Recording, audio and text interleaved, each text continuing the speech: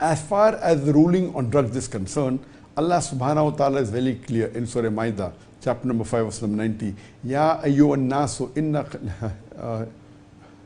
Ya alladhina amanu innamal khamru wal maisuru.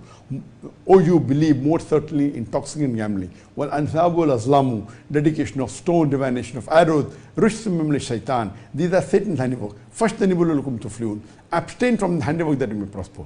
Here Allah is saying that Ya ayyuhalladhina amanu, O you believe, innamal khamru wal maisuru. Most certainly intoxicants and gambling. Here intoxicants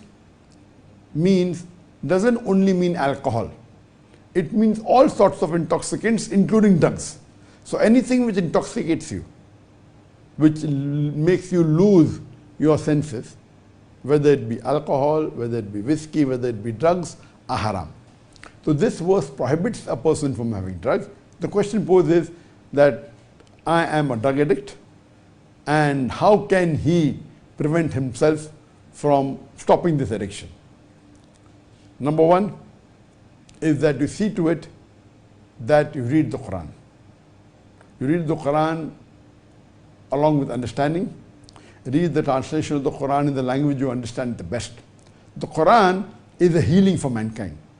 The Quran says in Surah Isra, chapter number 17, verse number 81, that in the Quran there is healing for mankind.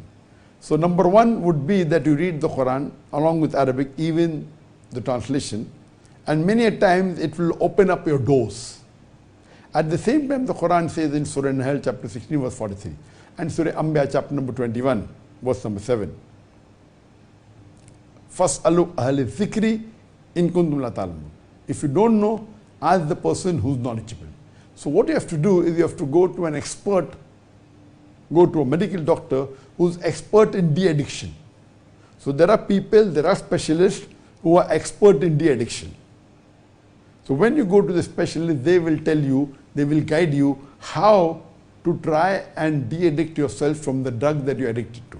Based on the drug you're taking, maybe they'll give you an alternate dose, they may give you an injection which will prevent you from, depending upon which drug it is. So you haven't mentioned which drug it is. So based on that, if you go to a specialist, the specialist will give you a special diet, will tell you what to do, what not to do, and will show you things how can you relieve yourself from this addiction.